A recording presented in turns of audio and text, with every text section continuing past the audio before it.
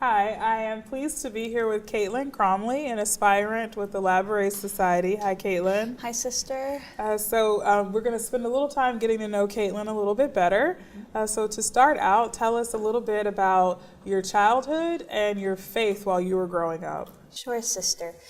As a child, I grew up in rural Pennsylvania, surrounded by the Appalachian Mountains, a very picturesque and beautiful area, really, really contemplative. And I am the oldest of three. I grew up in a Catholic family. I have a younger sister and a younger brother. And one of my fondest memories from my childhood is when my mother would come and she would pray with us before going to bed every night, and we would pray for each of our family members. And that really stuck with me, really stuck with me, that deep love of prayer. I continued to go to CCD classes all the way through high school, and Sunday Mass every Sunday with my family was just very, very special for me. Thank you. So what would you say your faith was like before and after you took ownership of it? Before I took ownership of my faith, I would describe it as being lukewarm.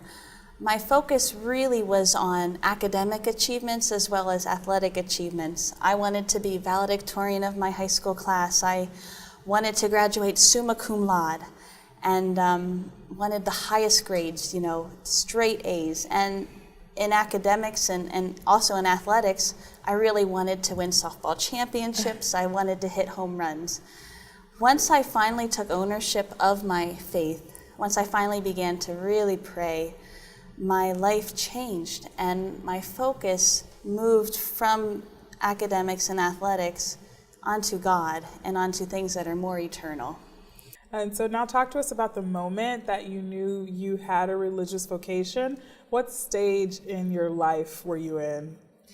The first time I felt called to a religious vocation was in my high school years, and a priest had told me after confession, "You would make a great sister, you should pray about it." But instead of praying about it, all I did was cry. I cried and cried and cried. I knew at the time. But God was very gentle with me. He continued to knock, he continued to call me, and he never let me go. And so in the last year of my college degree and my last year, I really started to pray. I started having a holy hour every day and just going to the Lord and asking him, "Lord, what do you want me to do with my life? Because the way that I've been going is not really giving me true happiness." And so I found happiness in him. Mm-hmm. So about the religious community that you found, what is the religious community's charism, and what will your life look like serving others as a sister?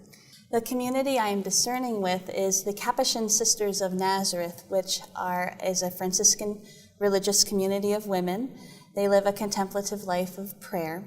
Their charism is prayer, poverty, and preaching. And so in this life, I will be serving the church through prayer for the salvation of souls, through poverty, an imitation of our Lord, and in preaching the good news of God's love for all of us. And last question, if you met a young man or young woman who wanted to be a priest or religious, but was also blocked by student loans, what would your advice be? I would tell them to continue to pray, to continue to discern, and to trust in the Lord. And that to look for gifts like the Labouré Society, which is helping young men and women like me to really live out that vocation by removing the obstacle of student debt so that they can really be truly happy in this life. Thank you, Caitlin. You're welcome, sister.